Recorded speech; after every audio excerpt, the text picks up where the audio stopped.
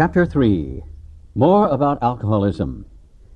Most of us have been unwilling to admit that we were real alcoholics. No person likes to think he is bodily and mentally different from his fellows. Therefore, it is not surprising that our drinking careers have been characterized by countless vain attempts to prove we could drink like other people. The idea that somehow, someday, he will control and enjoy his drinking is the great obsession of every abnormal drinker. The persistence of this illusion is astonishing. Many pursue it to the gates of insanity or death. We learned that we had to fully concede to our innermost selves that we were alcoholics. This is the first step in recovery. The delusion that we are like other people, or presently may be, has to be smashed. We alcoholics are men and women who have lost the ability to control our drinking. We know that no real alcoholic ever recovers control. All of us felt at times that we were regaining control, but such intervals, usually brief, were inevitably followed by still less control, which led in time to pitiful and incomprehensible demoralization. We are convinced to a man that alcoholics of our type are in the grip of a progressive illness. Over any considerable period, we get worse, never better. We are like men who have lost their legs. They never grow new ones. Neither does there appear to be any kind of treatment which will make alcoholics of our kind like other men. We have tried every imaginable remedy. In some instances, there has been brief recovery, followed always by a still worse relapse. Physicians who are familiar with alcoholism agree there is no such thing as making a normal drinker out of an alcoholic. Science may one day accomplish this, but it hasn't done so yet. Despite all we can say, many who are real alcoholics are not going to believe they are in that class. By every form of self-deception and experimentation, they will try to prove themselves exceptions to the rule, therefore non-alcoholic. If anyone who is showing inability to control his drinking can do the right-about face and drink like a gentleman, our hats are off to him. Heaven knows we've tried hard enough and long enough to drink like other people. Here are some of the methods we have tried. Drinking beer only, limiting the number of drinks, never drinking alone, never drinking in the morning, drinking only at home, never having it in the house, never drinking during business hours, drinking only at parties, switching from scotch to brandy, drinking only natural wines, agreeing to resign if ever drunk on the job, taking a trip, not taking a trip, swearing off forever, with and without a solemn oath, taking more physical exercise, reading inspirational books, going to health farms and sanitariums, accepting voluntary commitment to asylums. We could increase the list ad infinitum. We do not like to pronounce any individual as alcoholic, but you can quickly diagnose yourself. Step over to the nearest barroom and try some controlled drinking. Try to drink and stop abruptly. Try it more than once. It will not take long for you to decide if you are honest with yourself about it. It may be worth a bad case of jitters if you get a full knowledge of your condition. Though there is no way of proving it, we believe that early in our drinking careers, most of us could have stopped drinking. But the difficulty is that few alcoholics have enough desire to stop while there is yet time. We have heard of a few instances where people who showed definite signs of alcoholism were able to stop for a long period because of an overpowering desire to do so. Here is one. A man of 30 was doing a great deal of spree drinking. He was very nervous in the morning after these bouts and quieted himself with more liquor. He was ambitious to succeed in business, but saw that he would get nowhere if he drank at all. Once he started, he had no control whatever. He made up his mind that until he had been successful in business and had retired, he would not touch another drop. An exceptional man, he remained bone dry for 25 years and retired at the age of 55 after a successful and happy business career.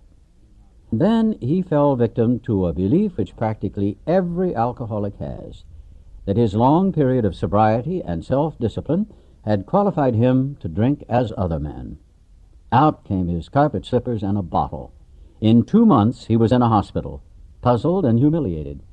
He tried to regulate his drinking for a while, making several trips to the hospital meantime. Then, gathering all his forces, he attempted to stop altogether and found he could not. Every means of solving his problem which money could buy was at his disposal. Every attempt failed. Though a robust man at retirement, he went to pieces quickly and was dead within 4 years. This case contains a powerful lesson. Most of us have believed that if we remain sober for a long stretch, we could thereafter drink normally. But here is a man who at 55 years found he was just where he had left off at 30. We have seen the truth demonstrated again and again. Once an alcoholic, always an alcoholic. Commencing to drink after a period of sobriety, we are in a short time as bad as ever. If we are planning to stop drinking, there must be no reservation of any kind, nor any lurking notion that someday we will be immune to alcohol. Young people may be encouraged by this man's experience to think that they can stop, as he did, on their own willpower. We doubt if many of them can do it, because none will really want to stop, and hardly one of them, because of the peculiar mental twist already acquired, will find he can win out. Several of our crowd, men of 30 or less, have been drinking only a few years, but they found themselves as helpless as those who have been drinking 20 years. To be gravely affected, one does not necessarily have to drink a long time, nor take the quantities some of us have. This is particularly true of women. Potential female alcoholics often turn into the real thing and are gone beyond recall in a few years. Certain drinkers, who would be greatly insulted if called alcoholics, are astonished at their inability to stop. We who are familiar with the symptoms see large numbers of potential alcoholics among young people everywhere, but try and get them to see it. A footnote here makes this clarification. True when this book was first published, but a 1977 membership survey in the U.S. and Canada showed 11% of AAs were 30 and under. As we look back, we feel we had gone on drinking many years beyond the point where we could quit on our willpower. If anyone questions whether he has entered this dangerous area, let him try leaving liquor alone for 1 year. If he's a real alcoholic and very far advanced, there is scant chance of success. In the early days of our drinking, we occasionally remained sober for a year or more, becoming serious drinkers again later. Though you may be able to stop for a considerable period, you may yet be a potential alcoholic. We think few to whom this book will appeal can stay dry anything like a year. Some will be drunk the day after making their resolutions. Most of them within a few weeks. For those who are unable to drink moderately, the question is how to stop altogether. We are assuming, of course, that the reader desires to stop. Whether such a person can quit upon a non-spiritual basis depends upon the extent to which he has already lost the power to choose whether he will drink or not. Many of us felt that we had plenty of character. There was a tremendous urge to cease forever, yet we found it impossible. This is the baffling feature of alcoholism as we know it, this utter inability to leave it alone, no matter how great the necessity or the wish. How then shall we help our readers determine to their own satisfaction whether they are one of us? The experiment of quitting for a period of time will be helpful, but we think we can render an even greater service to alcoholic sufferers and perhaps to the medical fraternity. So, we shall describe some of the mental states that precede a relapse into drinking, for obviously this is the crux of the problem. What sort of thinking dominates an alcoholic who repeats time after time the desperate experiment of the first drink? Friends who have reasoned with him after a spree which has brought him to the point of divorce or bankruptcy are mystified when he walks directly into a saloon. Why does he? Of what is he thinking? Our first example is a friend we shall call Jim. This man has a charming wife and family. He inherited a lucrative automobile agency. He had a commendable World War record. He's a good salesman. Everybody likes him. He's an intelligent man, normal so far as we can see, except for a nervous disposition. He did no drinking until he was 35. In a few years, he became so violent when intoxicated that he had to be committed. On leaving the asylum, he came into contact with us. We told him what we knew of alcoholism and the answer we had found. He made a beginning. His family was reassembled, and he began to work as a salesman for the business he had lost through drinking. All went well for a time, but he failed to enlarge his spiritual life. To his consternation, he found himself drunk half a dozen times in rapid succession. On each of these occasions, we worked with him, reviewing carefully what had happened. He agreed he was a real alcoholic and in a serious condition. He knew he faced another trip to the asylum if he kept on. Moreover, he would lose his family for whom he had a deep affection. Yet he got drunk again. We asked him to tell us exactly how it happened. This is his story. I came to work on Tuesday morning. I remember I felt irritated that I had to be a salesman for a concern I once owned. I had a few words with the boss, but nothing serious. Then I decided to drive into the country, see one of my prospects for a car. On the way, I felt hungry, so I stopped at a roadside place where they have a bar. I had no intention of drinking. I just thought I'd get a sandwich. I also had the notion that I might find a customer for a car at this place, which was familiar, for I had been going to it for years. I had eaten there many times during the months I was sober. I sat down at a table and ordered a sandwich and a glass of milk. Still no thought of drinking. I ordered another sandwich and decided to have another glass of milk. Suddenly, the thought crossed my mind that if I were to put an ounce of whiskey in my milk, it couldn't hurt me on a full stomach. I ordered a whiskey and poured it into the milk. I vaguely sensed I was not being any too smart, but felt reassured as I was taking the whiskey on a full stomach. The experiment went so well that I ordered another whiskey and poured it into more milk. That didn't seem to bother me, so I tried another. Thus started one more journey to the asylum for Jim. Here was the threat of commitment, the loss of family and position, to say nothing of that intense mental and physical suffering which drinking always caused him. He had much knowledge about himself as an alcoholic, yet all reasons for not drinking were easily pushed aside in favor of the foolish idea that he could take whiskey if only he mixed it with milk. Whatever the precise definition of the word may be, we call this plain insanity. How can such a lack of proportion of the ability to think straight be called anything else? You may think this an extreme case. To us, it is not far-fetched, for this kind of thinking has been characteristic of every single one of us. We have sometimes reflected more than Jim did upon the consequences, but there was always the curious mental phenomenon that, parallel with our sound reasoning, there inevitably ran some insanely trivial excuse for taking the first drink. Our sound reasoning failed to hold us in check. The insane idea won out. Next day we would ask ourselves in all earnestness and sincerity how it could have happened. In some circumstances we have gone out deliberately to get drunk, feeling ourselves justified by nervousness, anger, worry, depression, jealousy, or the like. But even in this type of beginning, we were obliged to admit that our justification for a spree was insanely insufficient in the light of what always happened. We now see that when we begin to drink deliberately instead of casually, there was little serious or effective thought during the period of premeditation of what the terrific consequences might be.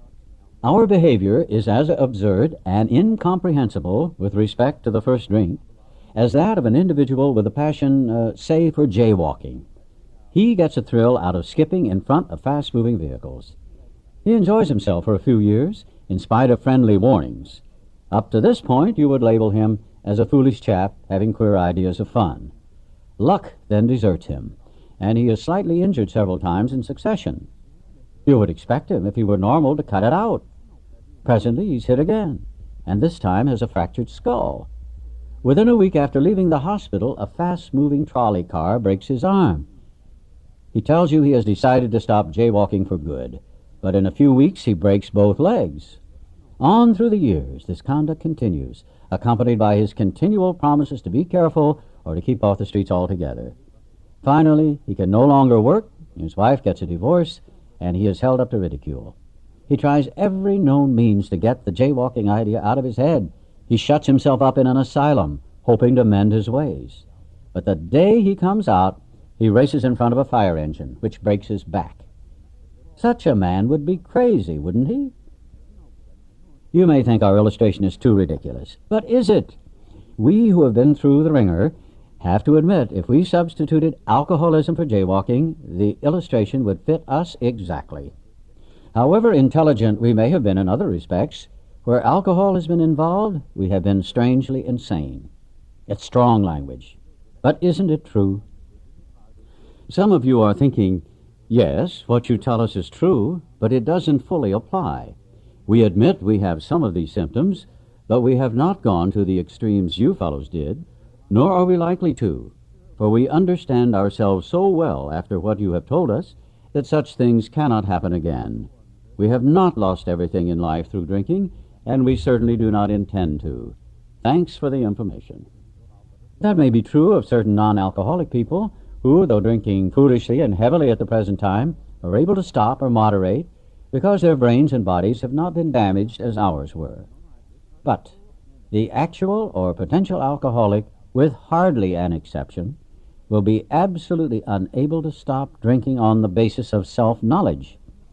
This is a point we wish to emphasize and re-emphasize, to smash home upon our alcoholic readers as it has been revealed to us out of bitter experience.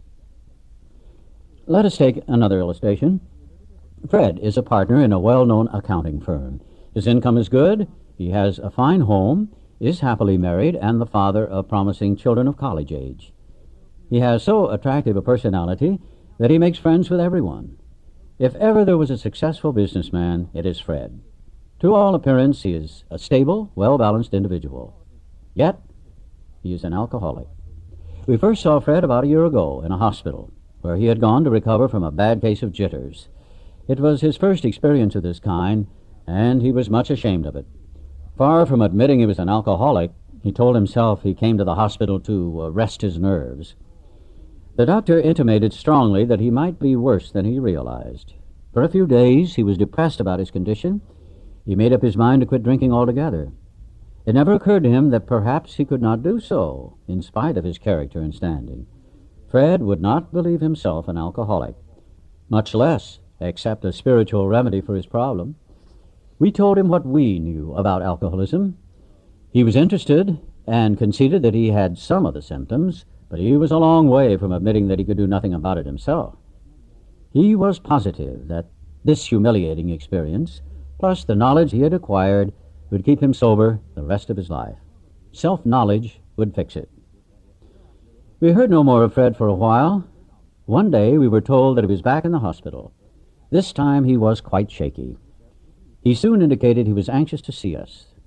The story he told is most instructive, for here was a chap absolutely convinced he had to stop drinking, who had no excuse for drinking, who exhibited splendid judgment and determination in all his other concerns, yet was flat on his back nevertheless. Let him tell you about it. I was much impressed with what you fellows said about alcoholism, and I frankly did not believe it would be possible for me to drink again. I rather appreciated your ideas about the subtle insanity which precedes the first drink, but I was confident it could not happen to me after what I had learned. I reasoned I was not so far advanced as most of you fellows, that I'd been usually successful in licking my other personal problems, and that I would therefore be successful where you men failed. I felt I had every right to be self-confident, that it would be only a matter of exercising my willpower and keeping on guard. In this frame of mind, I went about my business, and for a time, all was well. I had no trouble refusing drinks, and began to wonder if I had not been making too hard work of a simple matter. One day I went to Washington to present some accounting evidence to a government bureau. I had been out of town before, during this particular dry spell, so there was nothing new about that. Physically, I felt fine. Neither did I have any pressing problems or worries. My business came off well. I was pleased, and knew my partners would be too. It was the end of a perfect day, not a cloud on the horizon. I went to my hotel and leisurely dressed for dinner.